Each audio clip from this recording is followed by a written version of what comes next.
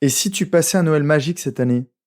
Malheureusement, pour beaucoup de personnes sensibles et très mentales, c'est une période difficile car cette fête est remplie d'interactions et de contraintes familiales. Plus largement, les conseils ou réflexions que je vais te proposer vont te permettre de préparer une situation qui ne te réjouit pas vraiment. D'ici 10 minutes, grâce à mon aide et celle de Nicolas, tu auras les clés pour passer de très belles fêtes de fin d'année et ainsi faire un pas de plus vers cette vie riche, épanouie et pleine de sens. Salut à toi, tu es sur Dépasse-toi et je suis Sylvain Viens. Tous les mardis dès 7h, je te proposerai des idées pour comprendre ton fonctionnement, améliorer tes relations, trouver de la motivation ou encore développer ta confiance en toi. Et tout ça pour t'aider à créer une vie riche, épanouie et pleine de sens. Si tu ne veux rien louper et profiter de tout ce que j'ai à t'offrir, je t'invite à t'abonner à la newsletter sur mon site sylvainviens.com.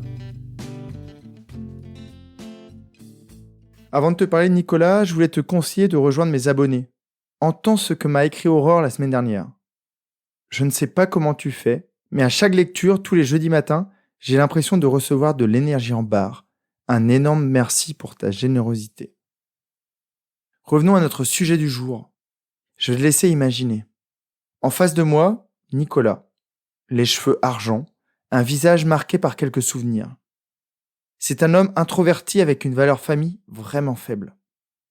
Pour lui, échanger avec ses amis est bien plus important et ressourçant. C'est le début de la séance. Il va bien ce matin, mais il me parle de la météo chaotique de la semaine précédente. Très rapidement, on comprend que cette météo chahutée est due à la présence de ses parents chez lui.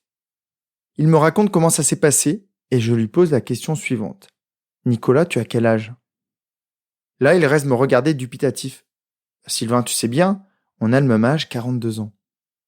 Ok, mais quel âge avais-tu la semaine dernière, au contact de tes parents?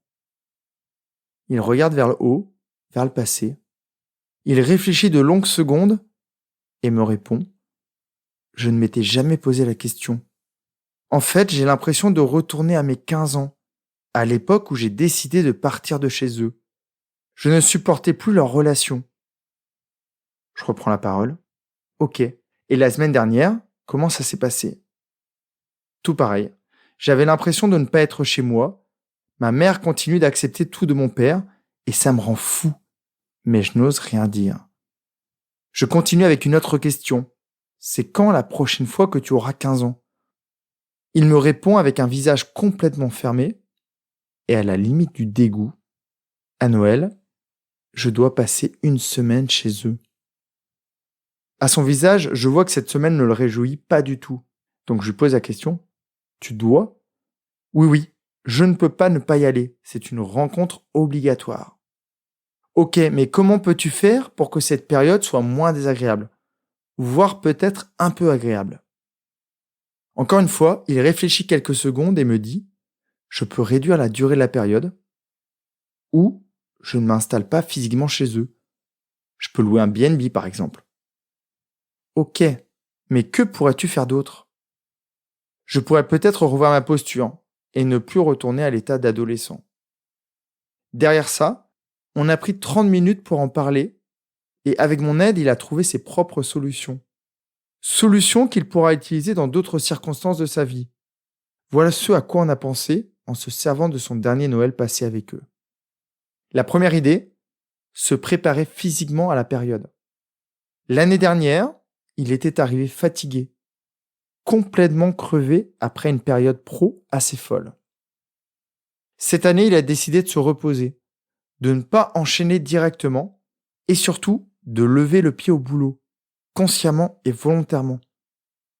On a travaillé entre autres sa capacité à oser dire non et à respecter ses besoins. Donc de ce côté-là, c'est OK.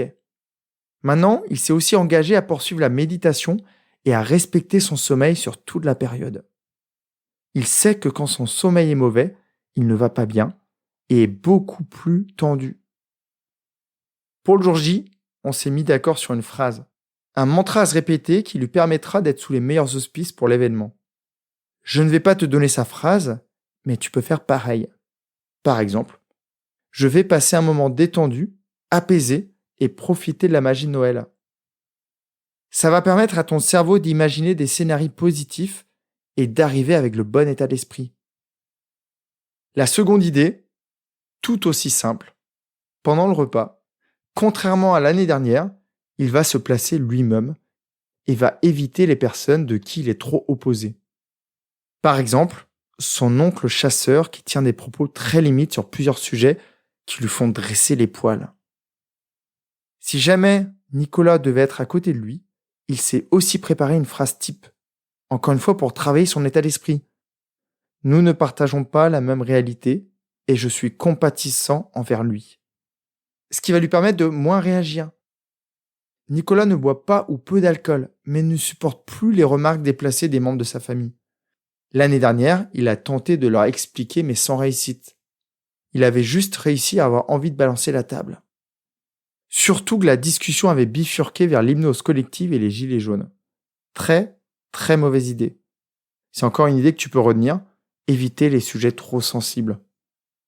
Cette année, il a décidé, il ne se justifiera pas et continuera de boire son eau pétillante. J'ai oublié, en préparation de l'événement, il a demandé à ses parents de proposer des plats pour ceux qui ne mangent pas de viande. Car passer sa soirée à table, entouré de gens avec qui il ne partage pas de valeurs, ok. Mais en plus, ne pas pouvoir s'alimenter proprement, ça lui devenait insupportable. Donc cette année, devant lui, il aura un verre avec des bulles sans alcool et une assiette remplie de crudités. On s'est aussi mis d'accord tous les deux pour qu'il s'autorise des pauses pendant le repas, histoire qu'il aille prendre l'air et retrouver un peu de calme. Quand on est introverti, ces repas super longs peuvent devenir un véritable calvaire. Heureusement, il a la chance que ses parents aient un grand jardin. Donc régulièrement, quand il sent la pression monter ou sa petite voix commence à lui suggérer de partir, il va se lever et il va aller se changer les idées dans la nature. Le point le plus important a été sa posture. Nicolas est un adulte et n'a pas à retourner à l'état d'adolescent. Maintenant qu'il a conscience de ça, il ne doit plus se positionner en tant que sauveur. Sa maman a accepté ce rôle de femme soumise auprès de son père. Et Nicolas n'est ni leur thérapeute, ni leur sauveur. Le système fonctionne comme ça depuis de nombreuses années. Et il sait que son retour ne changera pas les choses. Donc il accepte les rôles de chacun. Mais lui, il reste le Nicolas de 42 ans qui s'exprime et qui ose respecter ses besoins. Et toi, comment sens-tu cette période ?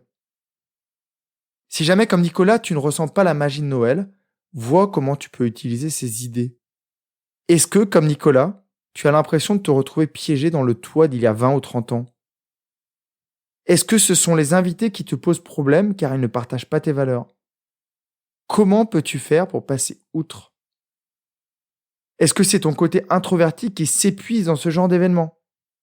Vis-tu cette fête comme une obligation familiale alors que tu aurais mieux à faire ailleurs ? Tu dois vraiment faire la part des choses. Tout n'est pas à cause des autres.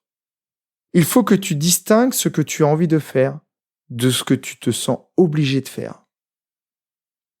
C'est à toi de comprendre où se situent tes craintes. C'est à toi de trouver les solutions pour les dégommer. C'est à toi de définir tes propres règles du jeu, et alors tu verras que ce moment peut devenir vraiment magique.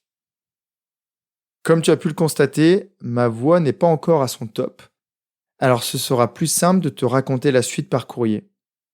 Je t'y retrouve jeudi, et si jamais tu n'es pas encore abonné, tu as le lien dans la description de l'épisode. Passe une magnifique journée, prends vraiment bien soin de toi. Bye bye. Si cet épisode t'a appris quelque chose, n'hésite pas à en parler autour de toi.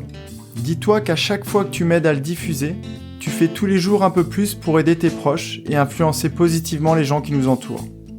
Je te remercie très sincèrement pour ton écoute et je te souhaite vraiment le plus beau pour la suite.